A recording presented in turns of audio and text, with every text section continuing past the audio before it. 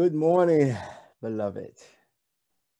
What a wonderful opportunity to speak to you today. My task today is dealing with Matthew 5, and I want to look at verses 14 through 16. And I think this is a wonderful pericope today because we are living in dark times. And it is my prayer through our word today that we will understand the significance and the need for light in this darkness. Pray with me if you would. Precious Savior, we thank you for this blessed opportunity to once again to deliver your word. We ask now that you quieten my spirit, give me a focused mind and clarity of speech that I might be able to deliver your word today. We thank you in advance for what your word would do, for it is in your name we do pray. Amen. My brothers and my sisters, as we look at this second metaphor, Jesus declared that the disciples were the light of the world. And so he's also saying to you and to I that ye or we are the light of the world. Now, notice that in his speaking, he says, ye are the light of the world. Now, you in the Greek is humorous, and it is emphatic in the Greek language. You as my followers are the only light of the world. That means that you are right now the only light of the world. Yes, he's saying you are, and both of those, the you and the are in the present tense. So right now, you're the light of the world. Now, that caught my attention because he's calling us the light. And the Greek word for light is phos. And it's the root where we get photo or photograph. And so Jesus is saying, you are the photograph of me to this dark world, a photo of me. So, beloved, we are to be a clear picture of who Jesus is to this dark world. Bishop Baxter, you might remember, we had something called a Polaroid camera before we had all this modern stuff, and the younger people don't know what I'm talking about. So I figured I'd call on you. You'd understand there was before the fancy cameras, we had a Polaroid camera, and Dean Lovelace, you would hold it up and you would press a button and the picture would come out. Now, the thing about the picture, when you looked at it, it was fuzzy. Okay, somebody held up. Well, some of y'all still got a Polaroid. Okay. Not as modern as I thought you were. Okay. And so the picture was fuzzy. And so you would shake the picture or fan the picture, and you still look at it and it was still fuzzy. And so you would keep fanning the picture. And the more you fanned the picture, the clearer it became. Yeah, y'all know where I'm going with this. Okay. So the more you fan the picture, the clearer it would become, because the air somehow helped to develop the picture. And so I'm wondering, are we like that Polaroid picture? I'm wondering, beloved, are we giving a fuzzy picture of who Jesus is to the world? I'm wondering, is our picture out of focus? I wonder, has it not quite developed yet. So when people look at us, they are to get a clear picture of who Jesus is. But I'm wondering, are they getting a fuzzy picture of who Jesus is? Okay. So Jesus says, you are the light of the world. Now, light does a lot of things, but since I only have as much time as I have, I can only lift up two things that light does. Light reveals truth, and it also reveals darkness.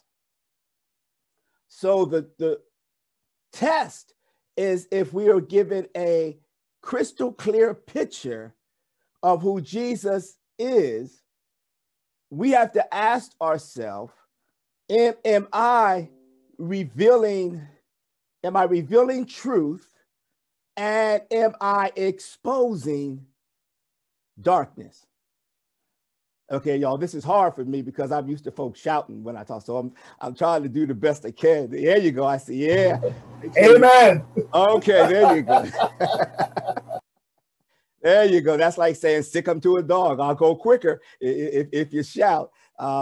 So if we're exposing the truth and revealing the truth and exposing darkness, that's our litmus test that we are given a clear picture of who Jesus is. Now, as I was reading this, my hermeneutical suspicions kind of kicked in, because I remember back in John 8:12, where Jesus says, I am the light of the world. And so I got suspicious. I said, well, wait a minute. You said in John 8:12 that you are the light of the world. But here in Matthew, you're saying we are the light of the world. And so I had to do some more studying, because I was getting suspicious of the text, that they were trying to hide something. And I said, aha, I got you. I caught you. But in my research, I understood it like this. So Jesus is like the sun, the sun, and we are like the moon. Now, you're in seminary, so you know the moon doesn't have its own light. It only reflects the light of the sun. Are you with me?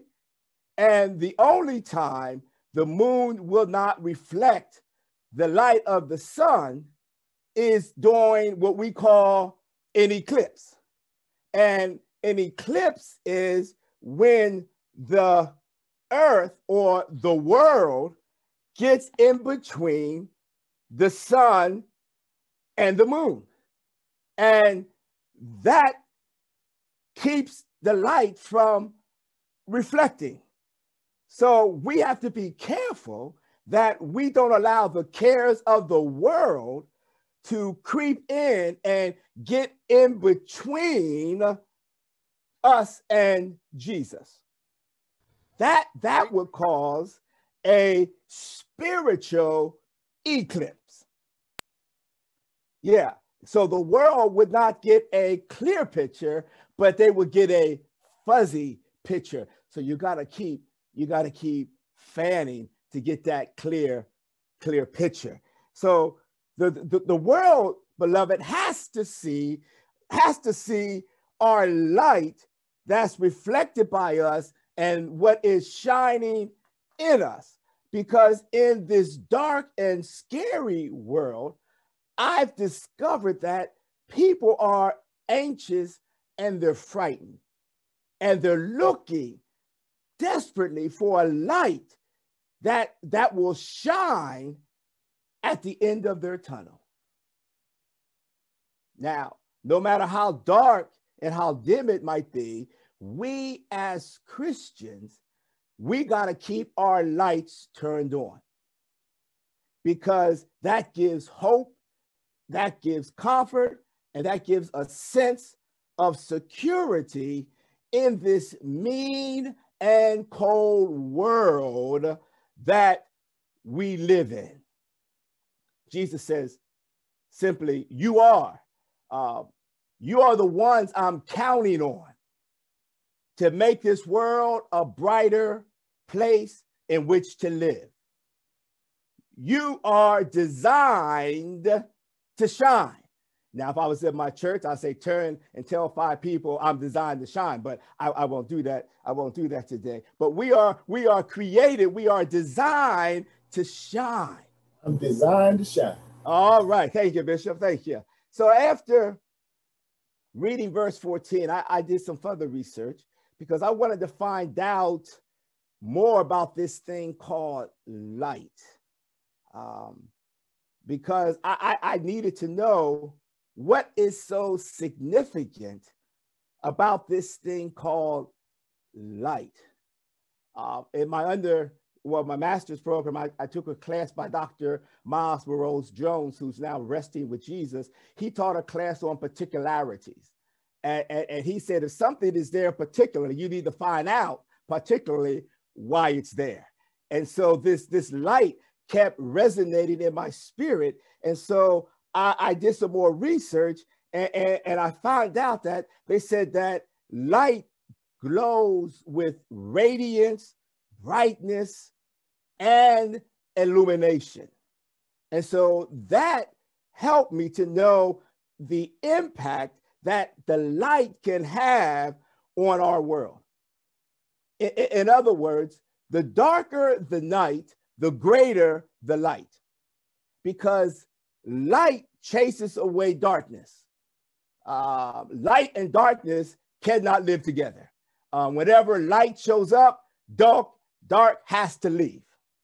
And so Jesus says, you are the light of the world, which is another way of telling them that you are radiance, you are the illumination, and you are the brilliance of a dark and a cold world.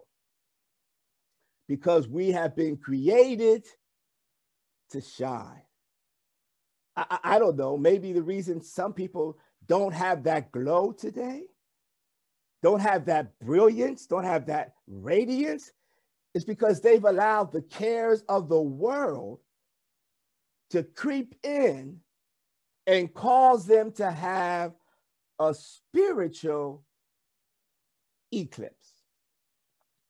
Now, I believe that when we come to faith in Jesus, that we go under a great transformation. We have the light of Christ living within us. Just as Jesus is the light of the world, so are we as Christ's followers. And so we have to keep our light on. I don't care how dark it is, it ought to become brighter when you and I show up. I believe whenever a child of God shows up, I don't care how dreary, how gloomy a situation might be, when a child of God walks on the scene, they ought to be brilliance and radiance ought to follow. It's just like when your professors show up on Zoom. When you're having a bad day and you see their face, it just lights up your day that, yes, it's all right now. It's all right now. The doctor is in the room. So they're showing that light. They're showing that radiance. At least I hope I do that on Friday nights when I show up, that they feel a lot better. So the world should feel better, not worse, when we show up. So if there's darkness, we have been designed to shine our light wherever there's darkness. Okay. So our light should be shining in full force. In the Greek, these are emphatic words to the true followers of Jesus the Christ. Now, I need to tell you, catch this, we are not the source of the light. Okay? Jesus is the source of the light. We are simply a reflection okay, of the light. Okay, so don't get it twisted, as my young folks say. It's not about us. We are just reflecting. Bishop, I would need your help again. There before on the Tonight Show, there was Johnny Carson, and Johnny Carson used to come on to the Night Show at 11:30, and Ed McMahon would introduce Johnny. Now, Ed McMahon wasn't the star, but Ed McMahon made millions by introducing the star. And Ed McMahon would simply say, "Here's Johnny," and get off of the scene.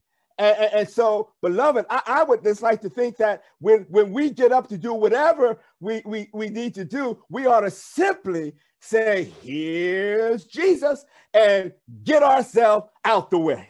Okay. So don't get messed up thinking it's all about us. No, we are introducing the star and then get out the way. So just like Ed McMahon made millions by introducing Johnny, we get blessed every time we introduce somebody to Jesus. Don't get all impressed with my stripes on my arm. No, here's Jesus. Don't get impressed with the house I live in and the robe I wear. No, here's Jesus, and just get out the way and let Jesus take it from there. I'm not shouting. I just get excited when I talk about it. So see, we have to be careful that we let our light shine, but don't think we are the source of the light. So the world is where we let our light shine. He says in verse 14, a city that is that's set on a hill cannot be hid. And so when you look at the Greek word for hid, it's crypta, which means hidden or secret. So a light, we are the light of the world, and a city that's set on a hill cannot be hid. And so in other words, we should not be hidden either. There should not be any undercover Christians. You got to come out and let your light shine. So if I was to go around your neighborhood and ask people, do they know you're a Christian? I wonder what would they say? What if some of my friends came to the seminary and saw me? Would they be shocked that I called myself a doctor? I called myself a preacher? No, my light cannot be hidden. I am not to hide my light. You and I are not to hide the light that Christ gave us. No more undercover Christians. Let your light shine. So Jesus, he likens the disciples and to you and I as light. And so on the darkest night, even in a small town, light is visible even from a great distance. And so, because where there is light, there's hope. And where there is darkness, there's confusion. And so a lot of crimes and sins are hidden under that pretext of darkness. And so grandmama said, what's said in the dark is going to come to light, and what's done in the dark is going to soon come in to the light. So we have to make sure we keep our light on. Verse 15, he says, neither do men light a candle and put it under a bushel, but on a candlestick, and it gives light to everyone that's in the house. So the purpose of lighting a candle is not to hide it, but the lamp is supposed to set on a lampstand, and then it gives light to everybody in the house. So don't hide it under a bushel, and don't allow the world to creep in and blow out your light. And so I need to let you know that light can penetrate even in the darkest of night. So we are, beloved, the light of Christ, and we are supposed to spread our light in this dark world. Jesus said in 16, let your light so shine before men and women that it might glorify that they might see your good works and then not glorify you, but glorify God, which is in heaven. And so when you're letting your light shine, you're doing your good works. So how do you fan that picture? The more we do our good works, that's going to give God the glory. So when you're doing your good works, even though people might compliment you, don't think it's about you, but the way I'm able to give a clear picture of who Jesus is, he said, do good works. And if I do good works, then people will get a clear picture of who Jesus is. As opposed to talking about it, I ought to be about it. Am I making any sense? So he gave us one simple job to do. One assignment, a whole lot easier than some of the assignments you get in seminary. This was real easy. This was, don't even need a syllabi to show you how to do it. He says, just shine. In other words, beloved, do some good work. And when you do good work, you're shining. Do unto others as you would have them do unto you. That means you're shining.